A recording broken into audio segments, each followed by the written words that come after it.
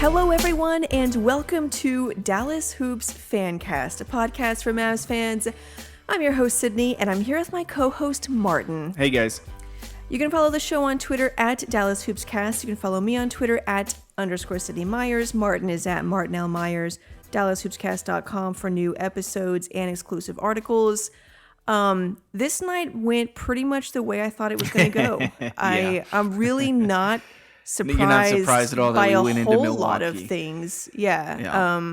I think, we were pretty much just lounging on the couch watching it like nothing was going on. Just another night. This is kind of what I expected. So the Mavericks beat the Bucks. I mean, best win of the season. There were some points where they got up by as much as 16, 15, I think. 16, was something the like most. that. Yeah. Obviously the end was super duper stressful, and I feel like I need some Xanax now or something. But they ended up getting the win. They ended the Bucks winning streak of 18 games. This is the longest streak ended in franchise history for the Mavericks, and it's the first time since 2011, since the 2011 season, that they have ended two 10-plus game winning streaks. All it means is that the Mavericks are a good team this year. Doesn't mean it's going to go like 2010, 2011 I mean, season. I'm just saying, okay, so I think we've talked about this before. They're doing things that they haven't done since they won the championship. Correct. Now, correlation does not equal causation. Well, no. I don't even know if that causation fits. does not. I just wanted to sound It sounded smart. good. I sounded smart, right? All it means is that this is probably the best Maverick team we've had since that season. Oh, yeah, by far. And so, obviously, because you haven't won really at all for the last 8 years. We finally get a good team, and we're like championship. So, everything goes back to the last good team we had. Yeah, that's true. That's all that means. Now, for the Bucks, it's like, of all the teams to end your winning streak against, the Mavs didn't even have Luka. Like, this one kind of sucks for them, but at the same time, you say all the time, it just ends. It can't last. Like, you're bound to lose at some point. And when you've won that many games, your chances of losing just get higher and higher. Yeah, it doesn't mean the Mavericks are a better team than the Bucks. I would probably say that most people I would say most people would agree that the Bucks are probably the better team, and if they were in a playoff series with the Mavs, they would win. Now, it doesn't mean the Mavs wouldn't win a couple of games in that series. Clearly, the Mavericks can play. I mean, think about some of the games that they've won this year on the road. They went on the road in Houston and just smacked the Rockets. They went on the road to Denver, where really you had the worst game of the year from Luka and Porzingis, and you beat the Nuggets on their home court. You go to LA, you beat the Lakers on their home court. You go to Milwaukee, beat the Lakers on their home court. Beat the Bucks on their home court. Yeah, so I mean, it was, like you said, they've won a lot on the road, but I think this is probably obviously this the is biggest hands down their best win of the season. Without Luka on the road against the Bucks. Yeah. So we're going to go into our thoughts of the game.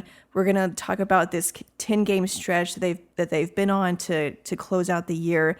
Obviously talk about Luka's injury. When is he going to be back? And then just taking a look at the team. Now that we've seen them without Luka, there's been a lot of trade talks, but I mean, do they need to make a trade? So we're going to talk about that, and also Kristaps without Luka. What can we expect? So starting with just game recap, we kind of talked about how huge this win is. Two things that stood out to me. First of all, their offense, the way that they played. Rick Carlisle brought it out in his post-game interview. It was just a lot of ball movement, a lot of player movement, and I think that contributed to. When we talk about who's going to step up with Luka out, tonight it was really, I mean, like Seth played really well. Obviously, Kristaps played well. Maxey made some huge shots.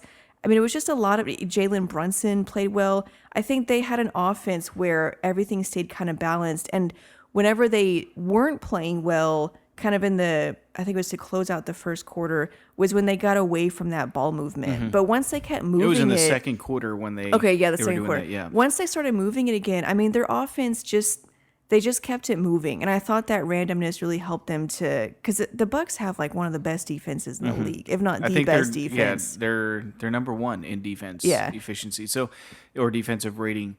It also helps, though, when you have guys that are making shots. True. And the Mavs had a lot of guys step up tonight. Finney Smith hit some big threes. Seth Curry obviously was just phenomenal tonight, and he seemed to make a bucket whenever the Mavericks needed one. Yeah. It was great to see. Brunson, sorry, go ahead. I was just going to say, Curry had 26 points on 9 for 15 shooting.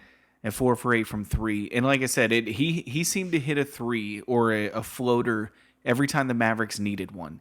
And he stepped up and really made plays there. I thought Brunson played really well. I know people are going to look at his points and be like, well, only 13 points. But he had 13 points, 11 assists, only 2 turnovers. I thought he was an excellent game manager, a floor manager. He also hit big shots when he needed to hit one.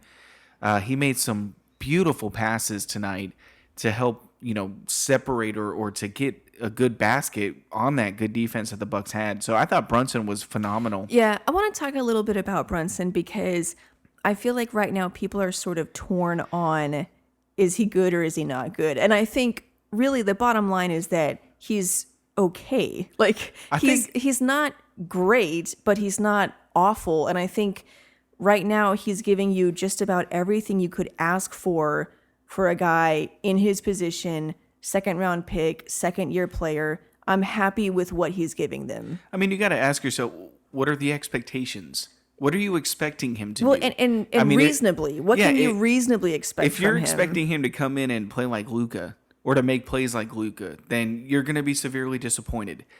You're going to be disappointed if you compare anybody to Luka the way he's playing right now. And so I don't understand the hate. I know he made some mistakes at the end of the Heat game. Yeah, and in this game too. I mean, there's a lot of times when he drives it and the defenses collapses. The defense collapses, and he just doesn't see the shooters on the 3-point line, and that is an issue. I mean, I don't know. I would say that he does. He can. He's made those plays in the past. He's just a different kind of player. Well, so when short. Yes, but that doesn't mean he can't see people. Yeah. I think he makes good plays. People want to screenshot this one play at the end of the Heat game and say, see, look, all these open shooters. But really, when you watch the play, those did not open until he literally went up for the layup. And he got a foul. Got fouled. So really, Brunson on that play against the Heat made the right play. He drove it into the teeth of the defense. He drew a foul. He pump faked, got the guy out of position. The guy landed on him. On his back. Should have been a foul call. If they call that whistle or they blow that whistle, everybody's like, great play. And the Mavs probably win. And they win the game. Yeah, so I think Brunson is a good player. I think he's a winning player. I think he's one of those guys that steps up in big moments. I thought he did that a little bit tonight. I'm not saying he didn't make mistakes. Yeah, and I don't I'm not saying I want him to start or anything. No. And I guess that's maybe why I'm not as frustrated or disappointed in him as other Mavs fans, is that my expectations of him aren't very high anyways. So it's like I see all the mistakes, but I kind of expect a little bit of that. He's not a great player. He's kind of good, and he holds down the fort. I think Brunson has the potential to be a starting point guard on a good team. Now, that's probably not going to happen with the Mavericks because you have Luka. He's their point guard, and you got to have that 2 guard to be a really athletic, bigger 2 guard. So Brunson's just not going to start. But I think he has the potential to be a starting point guard. I liked him immediately. I told you as soon as we drafted him, Carlisle's going to look for a reason to start this guy. He liked him from day one. He liked him more than Dennis Smith Jr. You said that he was going to be the Mavs starting point guard by the end of the season, year. And that's what happened. Now, he started. Now, Luka was technically the point guard, but he started. Yeah. So I think Brunson is a really good player, and he's a winning player, and I want Brunson on the team. Yeah, I like him coming off the bench, and he usually plays less than 20 minutes. Yeah. So again, going back to my expectations, that's the kind of player he is. And in that role, I think he's fine. But he can have moments where he helps you win a game. He can hit a few big shots. Yeah. So I thought he stepped up well. There's a temptation from the way the game ended against the Heat for him to just feel like he's got to insert himself.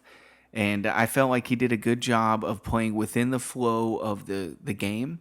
He did not try to force anything. He just made the right play every single time. So that to me showed a lot of maturity from him. Yeah. So yeah, again, like going back to you were going over the roster, like there were contributions from every guy. So DeLon. yeah, Jalen Brunson, but yeah, DeLon Wright, even Dorian Finney-Smith, his defense, they and this was another thing I wanted to talk about, their offense and their defense. They had a lot of different, they gave Giannis a lot of different looks. They had Finney-Smith on him. They had Kristaps on him. They had Maxey on him. I think they started the game with Powell on him. And some of those worked to varying degrees or didn't work at all. But one defensive scheme that I thought was interesting was when Porzingis was on Giannis, he backed off of him like, I don't know, 2-3 feet, which makes sense because Giannis isn't a very good shooter and they dared him to take that shot. And yeah, he did. He took it and he missed it. I think every time that Porzingis was guarding him. And like, yeah, Giannis is a better shooter this year, but he's still not good. Now, in a couple years, if he keeps working on that, he's going to be unstoppable. But for this game, it's in your favor. Unless he starts shooting 40% from three, the guy is so good at driving into the lane and getting a layup and one. Well, you want that to be his primary. Exactly. You almost rather have him shoot the ball every time. So, yes, he did beat Porzingis a couple of times when Porzingis was guarding him, but he ended up shooting, I think it was 3 times. He shot a long jump shot because Porzingis was so far off. Or a three-pointer, And I remember in the preseason game against the Bucks, and he was killing us. That was my thought. I was like, just put Porzingis on him. Have Porzingis stand off him like 6 feet. If he drives, you got those long arms of Porzingis. But it kind of tempted him to shoot it, and he did, and he missed. Yeah. If he makes it, okay, there's nothing you can do about that. But your only chance. I thought the Mavericks defense really showed with the others. The other guys on the team. I thought Dorian Finney-Smith did a great job on Middleton. Well, and just his movement and his awareness, his rebounding. He finished the game with 8 rebounds. Yeah, Finney-Smith defense was great. I thought, other than Kyle Korver, who for some reason averages 5 points a game and came in and dropped them. 17. Yeah. But they shut everybody else down. And they were like, Giannis, and maybe what helped was because the Mavericks really had zero resistance for a lot of the game for Giannis because he was killing Dwight Powell. Well, and there were stretches in the fourth quarter where suddenly the Mavs, there was no one at the rim, and I think it's because they had put Kristaps on Giannis, so there's no protection once he gets past Kristaps, and so that was kind of a problem. But again, it's like, well, you're taking away the 3. At least if there's no resistance, there's no foul. So again, it's like this game of math. You can either give up a 3, a 2, or an and 1. The 2 is the I think your chances are, or have him shoot a long jumper. Or if you can do that, yes, and I think that's having Porzingis on him gives you Porzingis is the best rim protector. Like I said, yes, I think Giannis surprises people. Giannis is a lot like Luka, as in he has a what do you call it? He has a counter to every defense that you do. So if you get to his spot before he does a Euro step. Or the side step. Or the side step. Or a spin move. He'll do the side step, spin move, and then reverse it. Yeah. He is really good at countering your move. And I think if you don't play him a lot, you're going to get torched because you just don't know his counter. He's better at countering your counter. And I thought Porzingis, if he's given more time protecting the rim, he'll do a better job. But I like that matchup because I like forcing Giannis to shoot long shots. Now, that being said, he had 48 points tonight, so it's not like, they didn't shut him down or anything. No. But they did a good job with everybody else. Yeah. And I thought Dorian Finney-Smith did a masterful job on Chris Middleton. Yeah.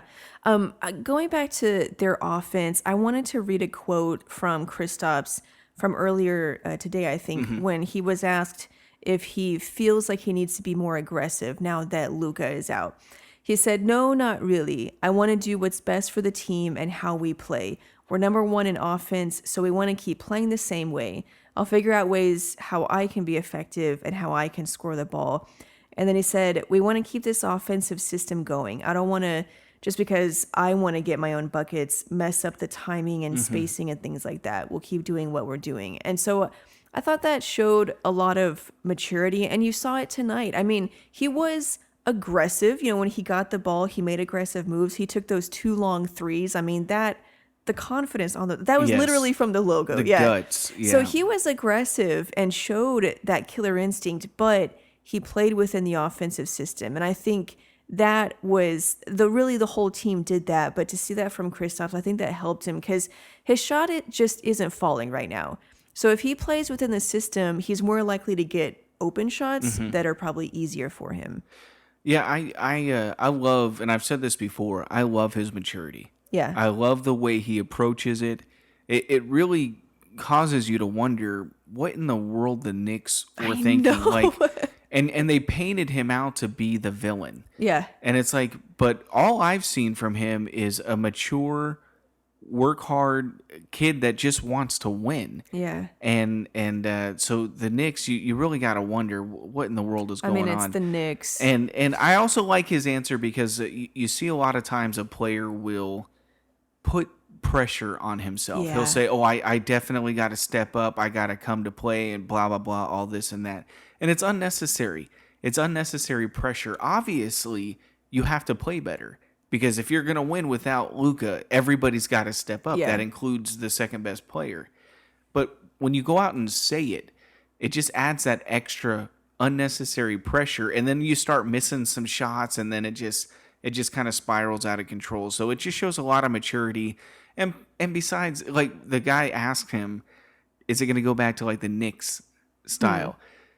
Of course not. Like, why in the world would we do anything like the Knicks did? Well, even if he got 22 points, he lost all the time there. So yeah. he's right. No, I'm just going to do what coach says to do. He did talk about how he said, I'm going to go back to things I did my rookie year. Yes. Like offensive rebounds, crash the glass, But that was stay before active, he was the number one guy with the Knicks. True, so, yeah. And you saw him kind of doing that even before this game. Yeah. So so talking about their offense, just one more note on that, because I think it's important. Yesterday's Sunday, so we're watching NFL, and I think it was the Redskins game, and I don't know who the commentator was, but he made a really good point. He said, as a player, just focus on doing your job. Don't try to be the guy that makes a big play. Just do your job. If you do your job, you'll end up making a play. But if you try to get out of your space and make a play, then you're probably going to screw up. So if you just focus on doing your job, you're going to make a play. You're going to help the team. And I thought this team is a good example of having that, of a team that needs to have that focus. Like Dorian Finney-Smith is a 3-and-D guy. Do your job and everything will be fine. Don't try to get outside of that. Kristaps Porzingis, same thing. He's a unicorn. He can hit threes. Shoot those. Just do your job. Don't try to do more. And times when they struggle is whenever guys stop doing their job and try to make a big play. And I thought tonight, Tim Hardaway Jr. kind of got into that mode. And he's been great for them, so I'm not upset about this at all. But he had a bad game, and I thought a lot of it was because he stopped, when he just does his job and he just scores and plays within the system, he's really good. But tonight he tried to he was just making bad decisions and taking bad shots. I felt like he was rushing and he's just forcing it. Well, and I think that is a result of that pressure of playing well. He felt that he had to have a big game in order for the Mavs to win.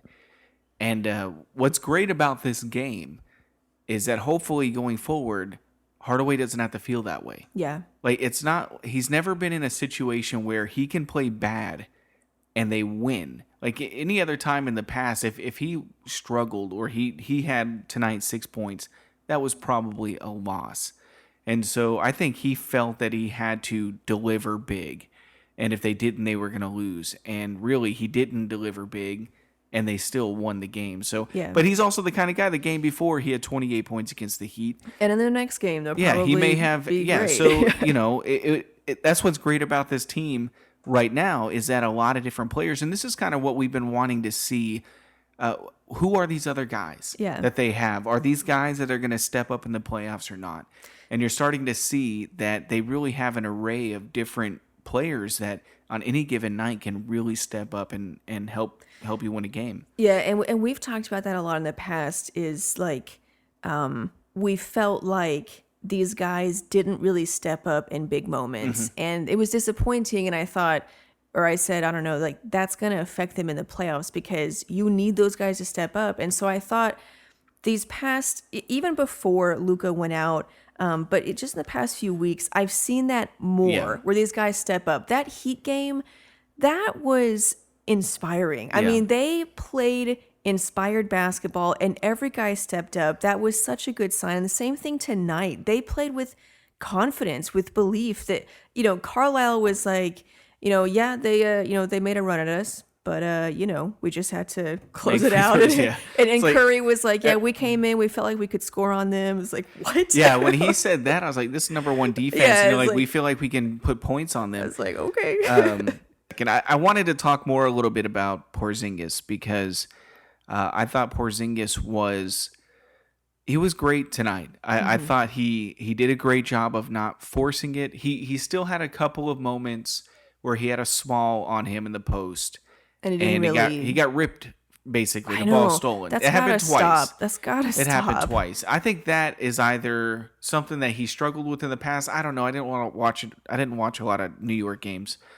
Or it's just a result of still timing, still trying to figure that out. But outside of that, he was great. And those 2 threes from like 50 feet out, that first one when he hesitated and then he shot it, in my mind, I was like, ooh, not a good shot. And it swished. Yeah.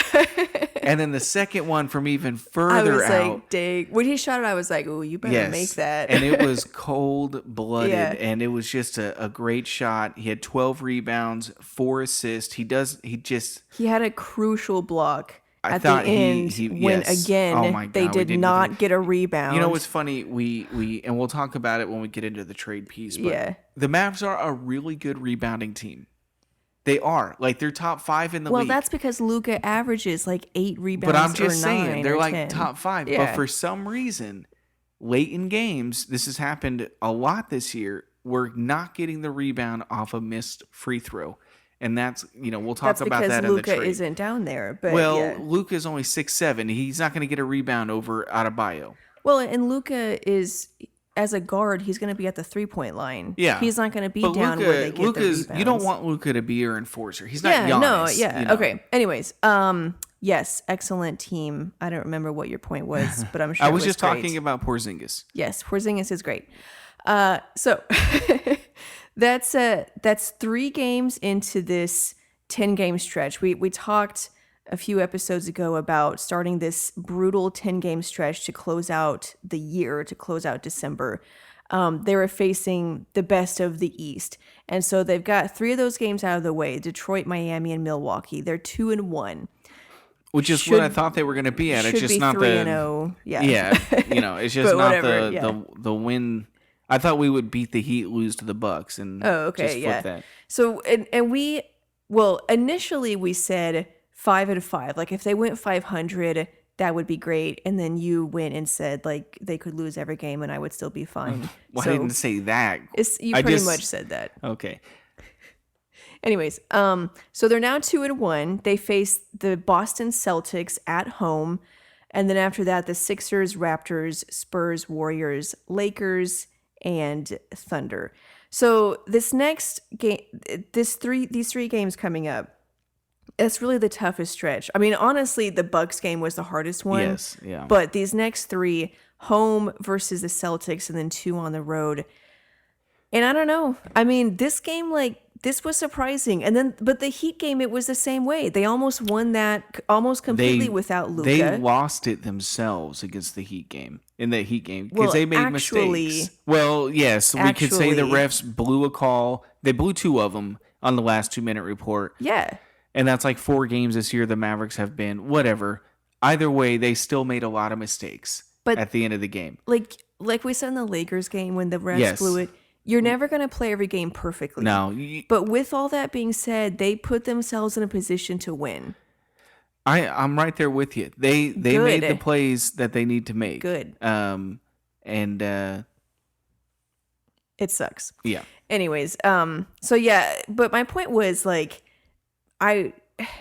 these 2 games without Luka, I thought would be a loss. I thought they're going to lose against Miami, and then this game coming in, I was thinking that was a really good fight against the Heat, but now reality sets in. You face a really good team. You're on the road, this is probably when you get back to normal and you're without your MVP, you're probably going to lose this. But then they go in and win against the Bucks. So now I don't really know what to expect against the Celtics. I think you should expect to win. I mean, if you think about that Denver game, for example, basically you're out without Luka in that game. Yeah. And you went on the road and beat the Denver Nuggets on their home court without your best player. Now you've went on the road against Milwaukee without your best player and beat the Bucks. You almost beat the Heat in the second half after being down 24 points. That means you literally destroyed them in the second half to come up. And they took a 4-point lead. So they were outplaying the Heat all over the court. This team's good. This team, is really, really good. And I think they play really well without Luka. Not saying that I'm not saying that they're better. Some idiot out there that would say that they're better without Luka. That's a complete load of crock. He's not really an MVP. No, that's just stupid. Without him, yeah. But they're a really good team without him. They play a different game without Luka, and they have the players to do that. So, and I think they built this team because they didn't know Luka was going to be this good, so they thought this was what they were going to be. True. Where everybody was kind of contributing, and then we're like, oh wait, Luka's unstoppable, so there's no need to do all that. So I think against Boston at home, you should expect a win. I guess so. And you know how I am. I'm not really big on Boston anyways. I know. Yeah, you're not. No. Yes, I don't.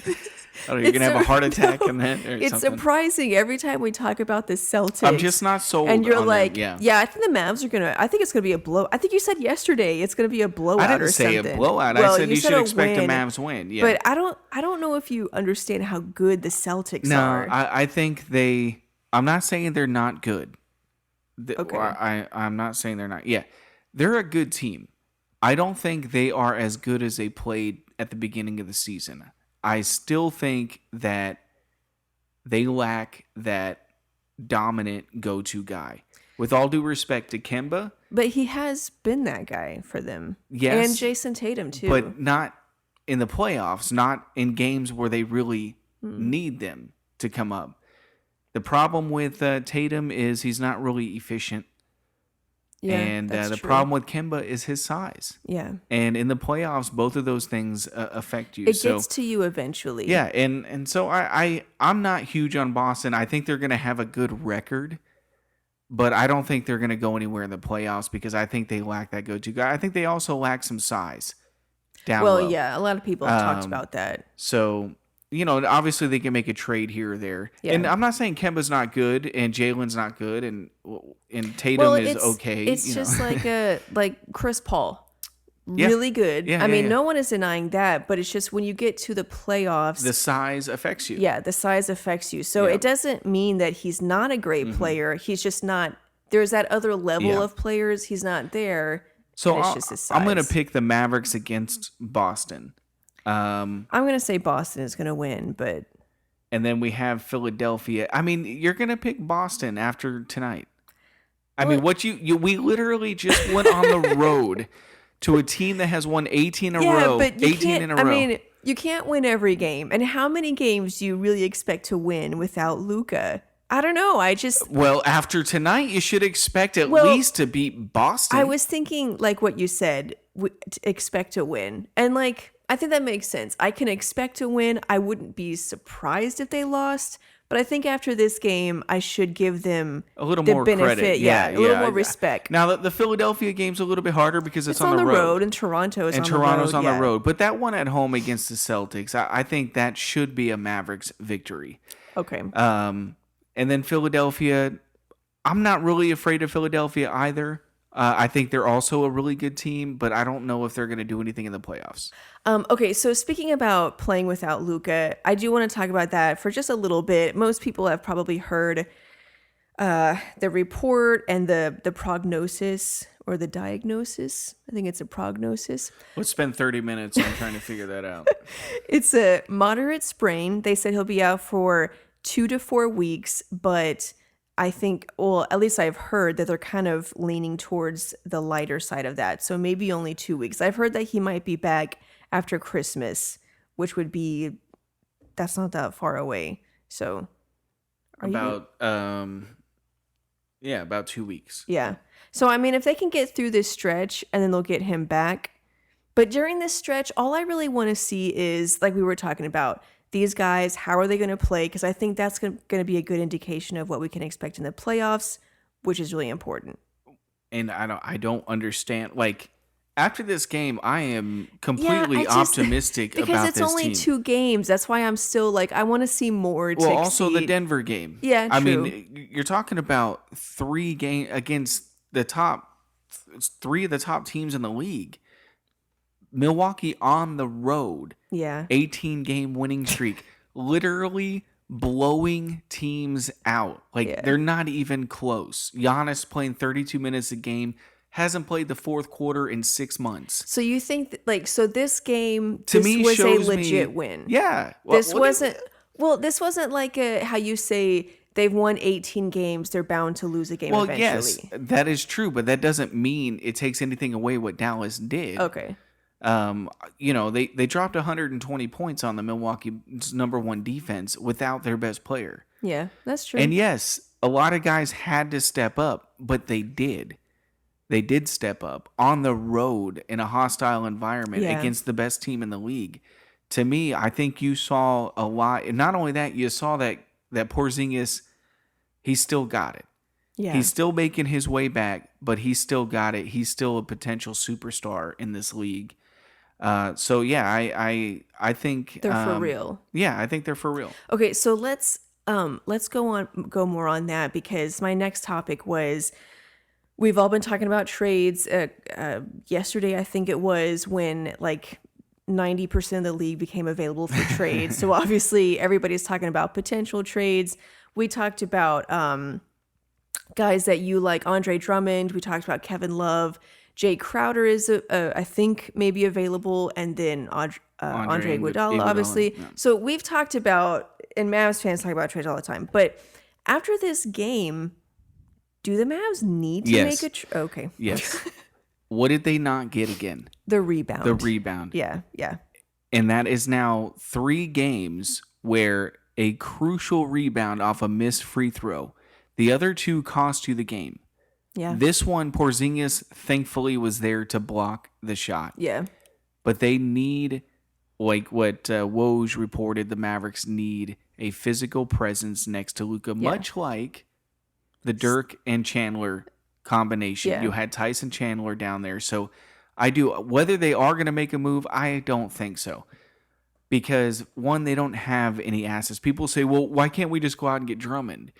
Well, the Pistons are going to want assets in return, and we don't have that.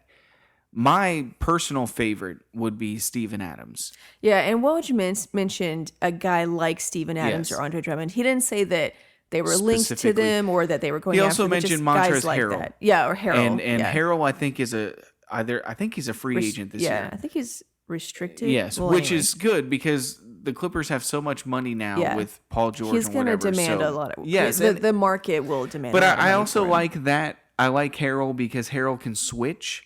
So it helps you to... You essentially are playing small and big at the same time. Yeah, and true. so I like the Harrell kind of like combination. Maxey. Yes. Same but thing. you do, and as great as the Mavericks offense is with Dwight Powell out there on the court, you can see tonight without Luka, he's not really effective. Yeah, and so it's like, okay, one of the things... Not hating on Dwight, sorry. Well, I want to talk about Dwight, because when we talk about any sort of weaknesses, Dwight Powell's name usually comes up. Yes. And again, like, Mavs Twitter or just Mavs fans are really torn on this whole thing. And it's like, I understand that Dwight Powell is really great on offense because of whatever it is. He's a great pick and roll guy. And whether it's chemistry, whether it's the athleticism, he's just very good at that. I understand that, and I'm not taking anything away. However, you've said this before. You cannot convince me that a guy averaging 8 points and 5 rebounds is untouchable. Is the best guy we can get at that position. No, and look, that position the player is made by Carlisle's offense. We have seen other guys come in and play this exact role and do it very well. Brandon Wright, not Brandon Wright. Yeah, Brandon Wright. Brandon Wright, the helicopter is what... The human highlight reel. Yeah. That's what Derek Harper was trying to get him called. So he did the same exact No, thing. It's a human exclamation mark. Yeah, and he did the same thing. And you know what? Another team was like, hey, this guy's really Went good. to So Memphis, they signed him. Yes. Didn't do jack. Exactly, because this offense makes that player. Now, he happens to fill that need of the roller, a good screen setter and a roller. But he's terribly deficient on rebounding and defense. And rebounding, yeah. And even that offensive role, I think there are guys that can do it better than him. I know he does it well. I'm just saying, again, you can't convince me that a guy that's averaging 8 points and 5 rebounds is the best we can get at that position. Yeah. And you saw, like, people say, well, who are you going to get? Tyson Chandler was the prototype. He was the rim roller, and he was your defensive anchor and your rebounder. So a guy like that. And so Dwight Powell, as good as he is when he's on the court and Luka's on the court and their offensive rating and Luka is throwing him alley-oops. That is not a result of Powell. That is a result of having a good rim roller. Doesn't mean that Powell is this god out there and has the highest efficiency of all time.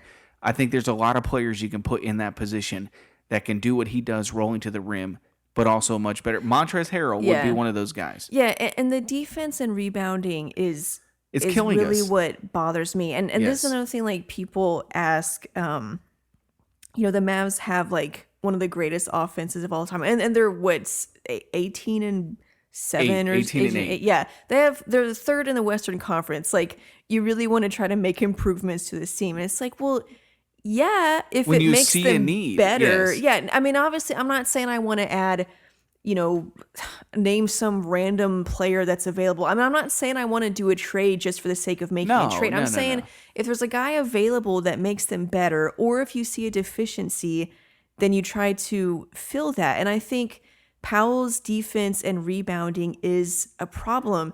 And again, going back to the play against the Heat, which was like super duper controversial. I don't know why, because like Porzingis boxes out his side of the lane, and Adebayo came around Porzingis and he went up for the ball on the left side, which is where the ball came down on, which was Powell's side. Like that was Powell's rebound to get. Now, Porzingis got beat, but he held up his end of the bargain. Like, he boxed out the right side. Adebayo happened to go around him, but at that point, it shouldn't have mattered because Powell is right there. And my thing is, when you watch it, Powell is just standing there looking at the ball. And to me, if you're a rebounder, if you're in that situation, standing and watching the ball is the cardinal sin. Yes. Like, you do not do that. And that's what frustrated me, is that he didn't even go for it. Like, maybe Adebayo would have gotten it anyway because he was aggressive. Who knew that would help you to get a rebound? But like, maybe he wouldn't have gotten it anyway. But just the fact that he didn't even go for it, he just stood there and looked at it. It's things like that. His defense and rebounding, to me, I think it's a problem. And like, again, he's averaging 5 rebounds. You can't tell me that this is the best that we can get.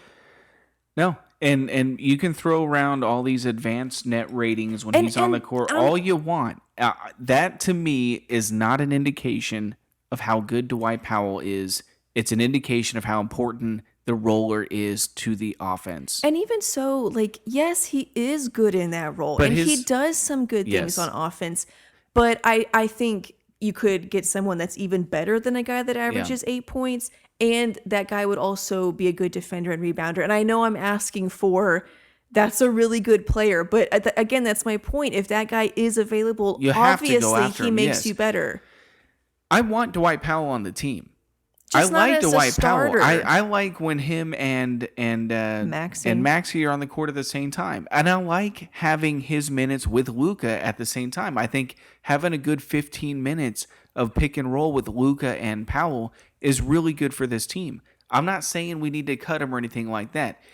But if the Thunder, by some miracle, were like, hey, we like you guys down there. We want to give you Steven Adams. A gift. Yes.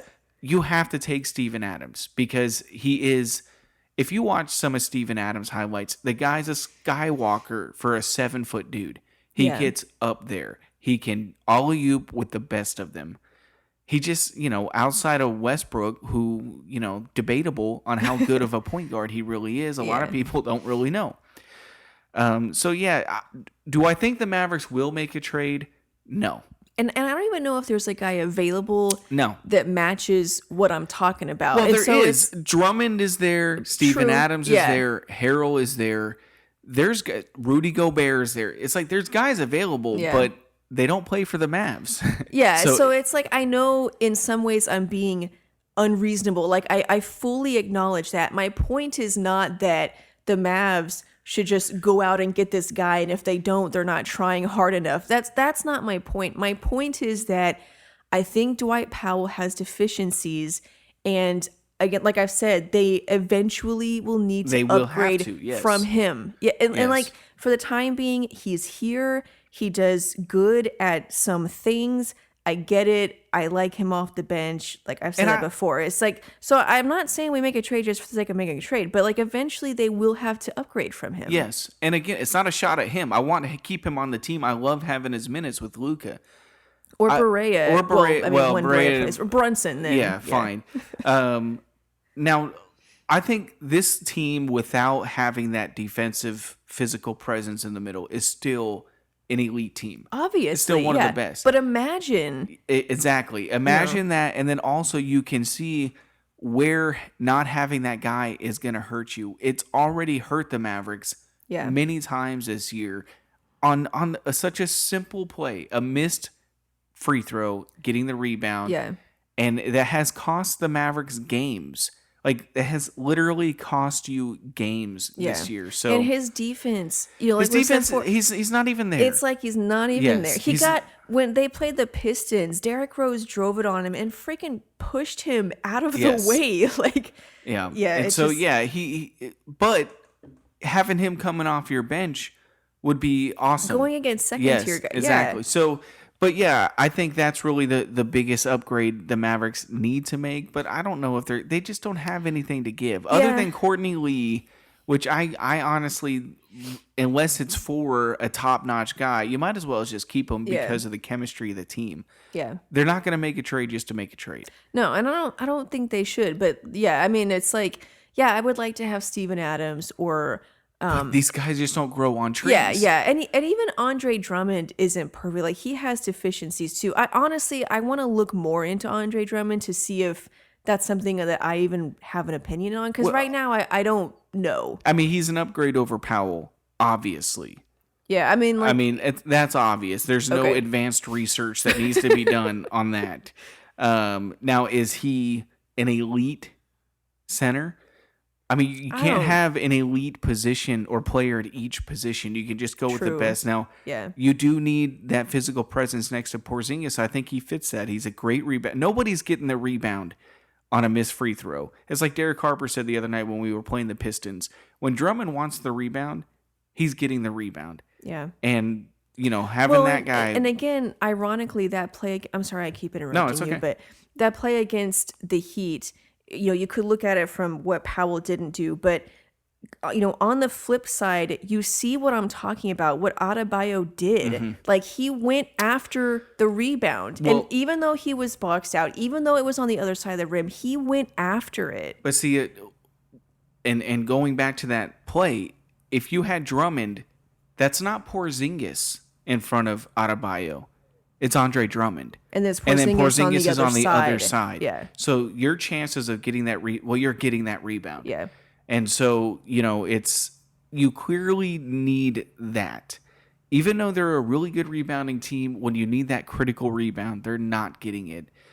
But again, I don't think they're going to make any trade. Yeah, and also I want to say too, I don't want to trade for a guy at the expense of the offense, because I think what Powell does in the offense is important. And I agree with you that it's more about Carlisle's system, that as long as you have a guy that can do that, he's going to be successful. But again, like, I don't want to trade for a guy that can't do that but is good defensively. I think you're just swapping roles at that point. So, again, I know I'm asking for a lot, but that's kind of my point, is like, yes, there is a guy where you can, or if there is a guy where you can upgrade from Powell, which there's got to be an upgrade from a guy that averages 8 points and 5 rebounds. If that guy is available, you have to go for it. And it's sad, that we have to talk about this. Like, the team is 18-8, but it's like everybody is. Well, and like I said, not just with the Mavs. Every team is like, what trades can we? I bet you the Milwaukee Bucks fans are like, what trades can we make? How can we get rid of Wesley Matthews? Been there, done that. Man, he helped the Mavs so much tonight. Yes. That last second foul. What did he airballed a layup or something? No, he airballed a shot. Yeah, I was like, man, Wes gonna Wes. But yeah, no, trades are fun. And like I was saying on Twitter today, the reason I like talking about trades is because I always want the team to improve. I'm not saying I want to do a trade just for the sake of it. Now, I like talking about it just for the sake of talking about it because it's fun. But as far as actual serious business, only do it if it makes you better. But yeah, if it makes you better, then definitely do it. And I know that's a delicate thing of, you could have a trade where you get a super good guy, or you could have a trade where you get Rajon Rondo. I know it's kind of a tricky situation, but anyways, those are my thoughts on trades and Dwight Powell. Okay, so yeah, those are our thoughts on the game, on the team so far. I'm constantly asking myself, is this a championship team? Because I don't want to think that. I don't want to be irrational and crazy. But at the same time, I keep seeing things like tonight where it's this team is really good. And when I say championship team, I know the odds of them winning a ring, even the odds of the Bucks winning a ring, only one team wins it. It's remote. But my point is just, are they that kind of team where you're talking about it and you're talking about, Bucks Mavs finals, who would win? You can have those kinds of conversations. And I think they're close. Or maybe there where you can kind of talk about that. We're almost 30 games into the season. We're still third in the West. Yeah. This is who they are. Some of the best teams in the league. Yeah. I don't think you're going to see a vastly different team going forward. No. This is who you are. And they're, like you said, they're third in the West. So it's really exciting. Boston coming up, and we'll see how they do against them. We'll see whenever Luka comes back. Tweet us your thoughts on the team, on this win against the Bucks. Again, I'm at _Sydney Myers. Marty is at Martinell Myers. And I think that's pretty much it. Thank you guys so much for listening. If you're listening on Apple Podcasts, feel free to leave a rating or review. We really appreciate that. Share it with your friends. Thanks guys for listening. Is there anything else you want to say other than thank you for listening? No. Thanks guys for listening. Bye. We'll see you guys in the next episode. Bye.